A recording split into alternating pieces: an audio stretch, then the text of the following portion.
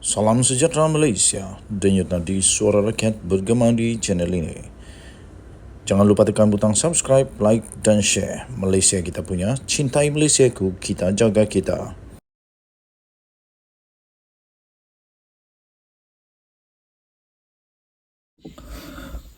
Salam sejahtera Malaysia. Ini satu berita yang amat buruk, amat kritikal dan Mahathir yang baru saja keluar daripada IJN kerana jangkitan. Walaupun sudah tua betul, tapi memang syukurlah dia masih hidup, masih lagi kuat.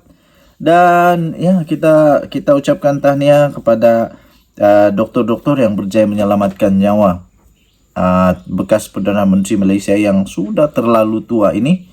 Dan terbaru, aduh, habislah. Pada usia semakin tua, Mahathir nampaknya bukan mengumpul lebih banyak rakan, tetapi lebih banyak musuh yang menjadi musuh bagi dia. Kecuali Hadi Awang dan juga Muhyiddin Yassin yang tiba-tiba berbaik semula dengan Mahathir. Walaupun sebelum ini Mahathir pernah kata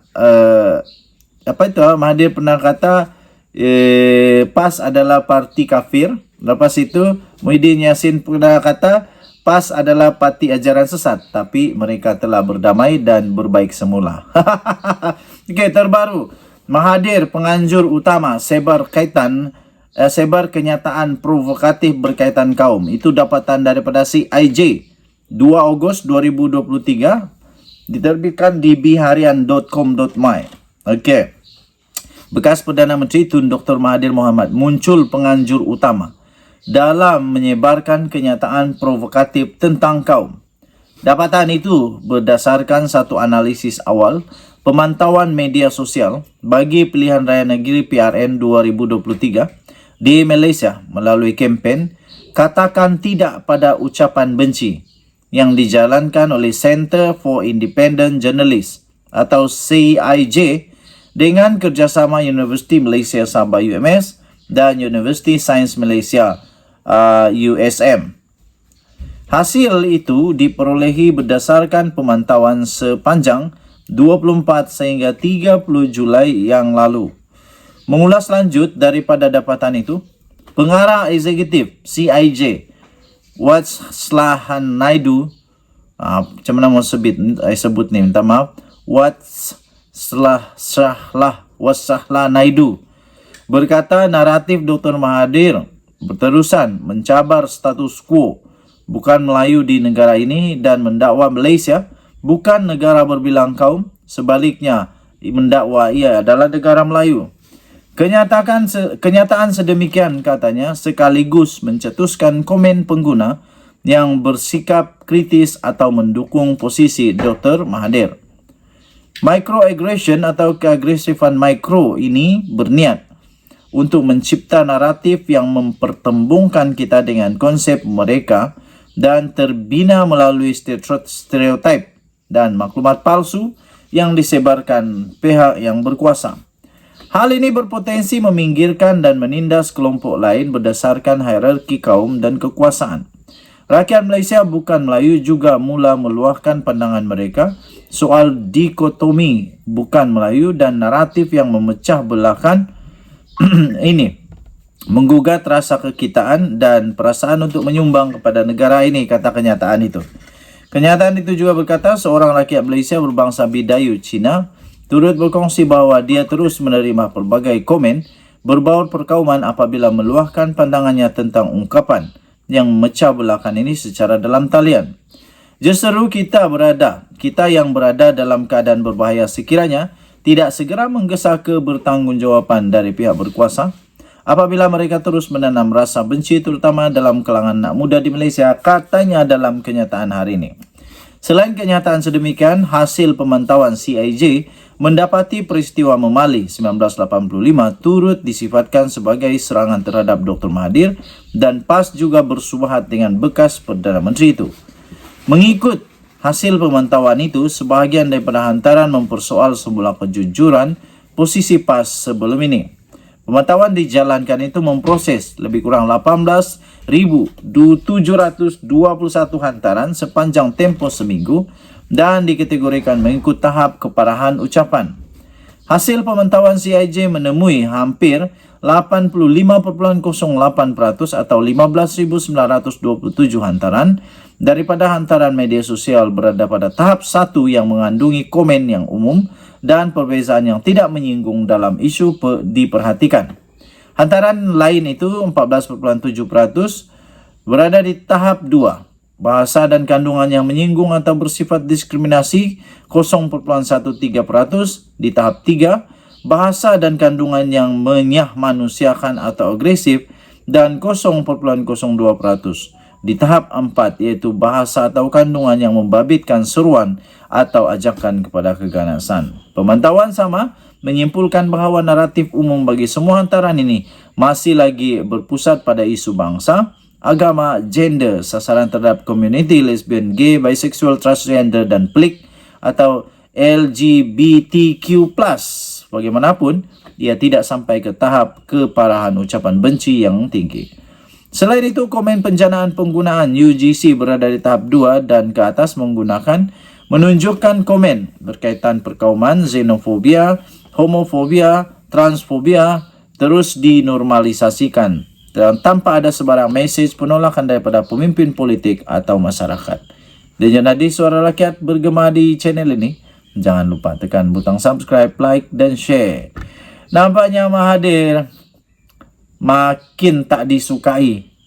Mahathir terus saja mendapat pendedahan demi pendedahan yang tak berpihak kepada dia.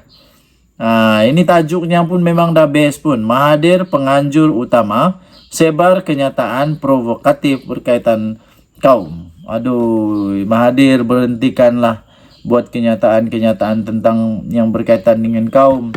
Apa sih yang berkaitan dengan 3R? Hentikanlah siapapun.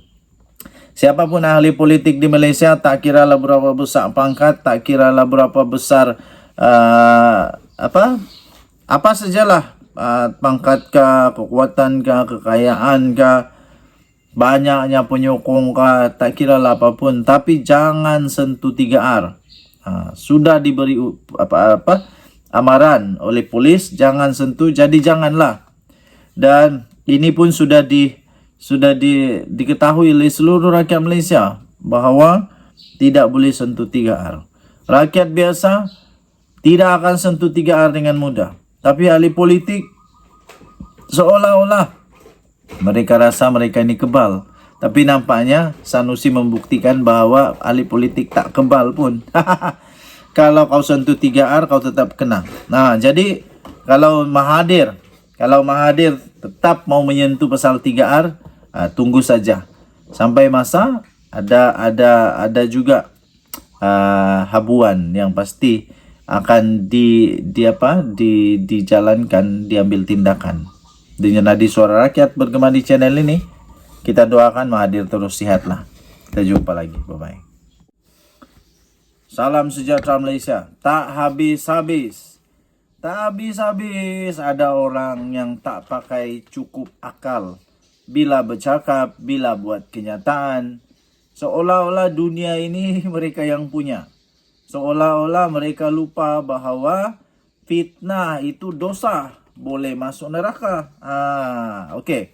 Akhirnya satu lagi episod, satu lagi drama bagaimana terjadinya sampai Fahmi memberikan tempoh hanya 24 jam saja untuk memohon maaf.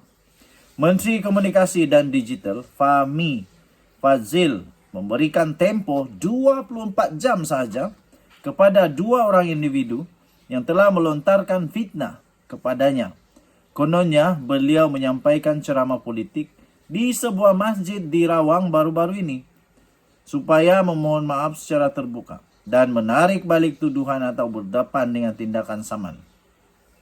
Kamu ada bukti kah? Pengarah Komunikasi Pakatan Harapan itu berkata, notis tuntutan sudah dihantar oleh peguamnya kepada penceramah bebas Ahmad Dusuki Abdul Rani dan pentadbir laman Facebook N13 Kuang petang tadi. Habislah kamu. Penceramah bebas, bebas tak bebas, tetap otak kena pakai. Fakta kena pakai, bukan sekadar cakap-cakap kosong. Sekarang dah ada peluang kena saman. Tak apalah, mungkin banyak duit kan? Fahmi berkata notis itu bagi membersihkan namanya daripada tuduhan kononnya beliau mengadakan ceramah di masjid berkenaan. Sedangkan beliau hanya menjelaskan tindakan mengharamkan kumpulan muzik The 1975 seperti yang diminta oleh ahli jawatan kuasa masjid ketika singgah solat di situ. Jadi wahai siapa ni? Ahmad Dusuki Abdurrani, silalah tanya kepada ahli jawatan kuasa masjid. Silalah tanya. Sebelum buat kenyataan, patutnya beliau ni tanya dulu ahli jawatan kuasa masjid. Betulkah menteri ini membuat apa namanya? ceramah politik di sana. Barulah cakap sekarang dah ada peluang nak kena saman. Tak apalah kalau banyak duit. Mulai bayar saman fitnah. Masa itu ada orang tangkap gambar katanya dan tulis saya ceramah tanpa tauliah, berpolitik dan kempen di dalam masjid, sedangkan ia bukan begitu. Alhamdulillah petang tadi katanya Ketua Polis Selangor mengumumkan setelah 22 saksi disiasat beliau kata saya Fahmi Fazlil tidak bersalah. Katanya ketika berucap pada jelajah perpaduan sempena PRN Selangor di Sungai Kandis dekat sini hari ini. Habislah kau. Ketua Polis Negeri Selangor sendiri mengumumkan bahawa beliau tidak bersalah, iaitu Menteri Komunikasi ini. Beliau berkata notis itu antara lain bagi menunjukkan bahawa perbuatan memfitnah tidak boleh sama sekali dikompromi. Terutama di dalam kehangatan kempen pilihan raya negeri yang sedang berlangsung. Samannya. Terdahulu Ketua Polis Selangor iaitu Datuk Hussein Omar Khan mengesahkan tidak ada sebarang unsur kempen politik dalam ucapan Fahmi yang dilaporkan berlaku di ruang solat utama Masjid Nurul Yakin, Kampung Melayu Seri Kundang, Rawang pada Ahad yang lepas. Habislah Ahmad Dusuki yang disebut di sini. Pengarah Komunikasi Pakatan Harapan itu berkata notis tuntutan sudah dihantar oleh peguamnya kepada penceramah bebas Ahmad Dusuki Abdurrani dan pentadbir laman Facebook N13 Kuang petang tadi.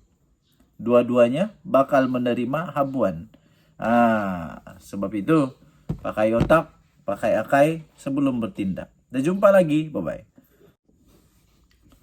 Salam sejahtera Malaysia, selamat pagi tuan-tuan dan puan-puan, selamat hari Ahad. Hari ini hari Ahad bersama dengan keluarga, pastinya pergi rancang ramai-ramai menikmati hari Ahad yang indah. Okey, bagi orang-orang yang Kristian boleh pergi sembahyang, jangan tidak pergi sembahyang, bagus pergi sembahyang. Okey, ini berita yang amat mengejutkan untuk pastinya calon pilihan raya negeri PRN daripada Perikatan Nasional. Rupanya ada calon daripada Perikatan Nasional, calon yang rupanya berhutang. Gagal lunas tunggakan dividen RM200,000 pula tu. Disahkan, baru diterbitkan di My Metro. Polis menerima laporan bahawa calon pilihan raya negeri PRN gagal lunas tunggakan dividen sebanyak RM200,000. Hutang tak bayar lagi dan nak jadi YB. Tok Batin Kampung Lubuk Lenggong iaitu Razali Kulim menunjukkan laporan polis yang dibuat selepas peserta ladang getah tidak menerima bayaran dividen sejak 2 tahun yang lalu. Polis Negeri Kedah telah menerima 1 laporan berkaitan ketidakpuashatian terhadap syarikat Rimba Bayu di Baling kerana gagal melunaskan tunggakan dividen sebanyak RM200,000 kepada peserta ladang. Jurucakap Media Pilihan Raya Negeri PRN ke-15 kontijen Kedah iaitu Senior Assistant Commissioner Al-Zafni Ahmad berkata, Laporan itu diterima di antara jam 11 pagi hingga 12 tengah hari semalam.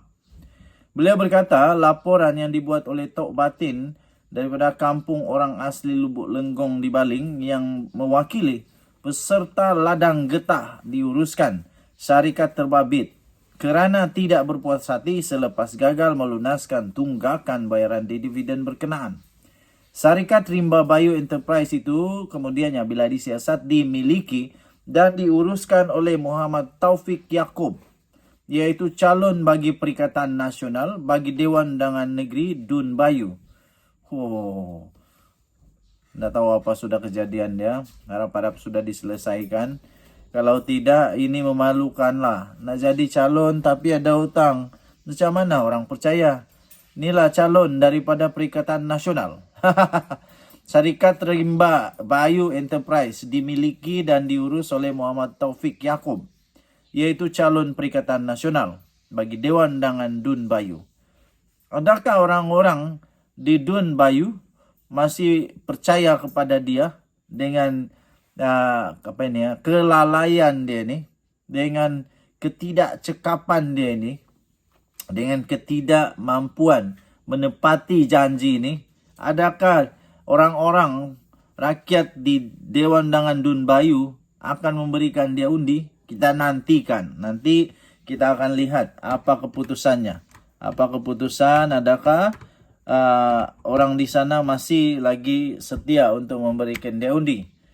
Kertas inquiry disahkan, iaitu kertas siasatan dalaman, disahkan, sudah pun dibuka untuk memudahkan siasatan dijalankan sebelum polis mengklasifikasikan kes tersebut mengikut seksyen yang bersesuaian. Makna kata memang ada kes lah ni. Makna kata memang ada kes, memang ada yang perlu disiasat, cuma saja nak tunggu dalam seksyen apa dia akan diletakkan. Okey? Jadi kalaulah dia betul-betul ada kes dan diambil tindakan, macam mana dia punya status adun nanti kalaulah dia kalah, masuk penjara kah ataupun kena denda kah? Kita tak tahulah. Kita tengok dulu apa section dia. Denyut Nadi Suara Rakyat bergema di channel ini. Jangan lupa tekan butang subscribe, like dan share. Bye-bye. Salam sejahtera Malaysia. Denyut Nadi Suara Rakyat bergema di channel ini. Sanusi ditahan polis sekali lagi. Ini perkembangan pilihan raya negeri PRN yang terbaru, iaitu dikabarkan persoalan ialah Sanusi ditahan polis sekali lagi. Menteri Besar Kedah Datuk Seri Muhammad Sanusi Mat Noor dikatakan ditahan polis pada petang Sabtu.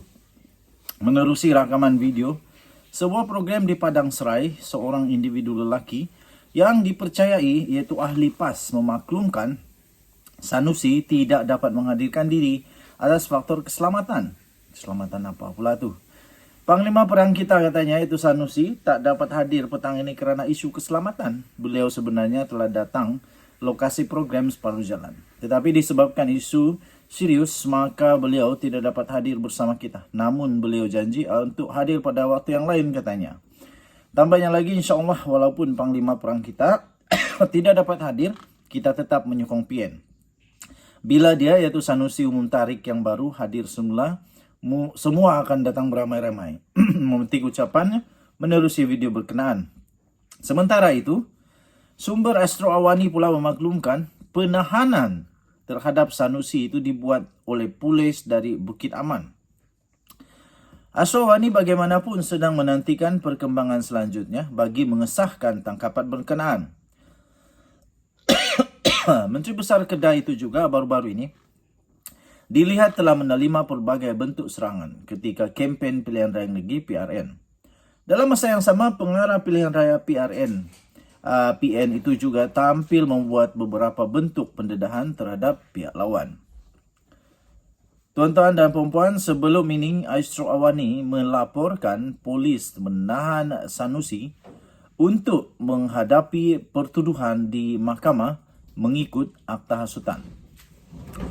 Penahanan dibuat pada sekitar jam 3 pagi oleh pasukan Unit Siasatan Jenayah Terkelas USJT D5 dan bahagian anti maksiat, perjudian dan kongsi gelap D7 Jabatan Siasatan Jenayah Bukit Aman di Monkiara. Denyut nadi suara rakyat bergema di channel ini. Kalau kena tangkap, terus terang sajalah. Tak payahlah cakap tentang isu keselamatan lah apalah. Terus terang saja, kalau dia kena tangkap sekali lagi, dia kena tahan sekali lagi, terus terang saja kepada ahli-ahli semua yang dengar. Janganlah nak sembunyi-sembunyi. Pertama. Kedua, kena terangkan dengan teliti, dengan jelas, dengan bertanggungjawab kenapa beliau ditangkap. Jangan sampai seolah-olah beliau menjadi mangsa pula, sedangkan itu semua hasil kerana perbuatan sendiri. Hasil kerana keceluparan, hasil kerana tak pakai cukup akai, sehingga ikut syok mulut dia cakap. Jadi, jangan sampai selepas ini dituding-tuding jari pula. Kononnya ini salah, dipakailah, Anwar pakai keselamatan lah, macam-macam lah. Tapi yang sebenarnya berlaku ialah beliau ditahan kerana dalam akta hasutan. Dan jelas sekali pada penangkapan yang lalu itu jelas sekali beliau telah pun menyentuh isu 3R. Ini bukan tentang politik tetapi tentang isu 3R. Ia tak ada kena mengena dengan politik. Jadi kita tengoklah kali ini adakah Sanusi, apalagi masalah yang Sanusi timbulkan ini, apalagi yang dia buat ini. Aduh. Kita harap-harap beliau dapat terus berkempen. Janganlah anda tangkap sampai lama-lama. Okey, kita jumpa lagi. Bye-bye.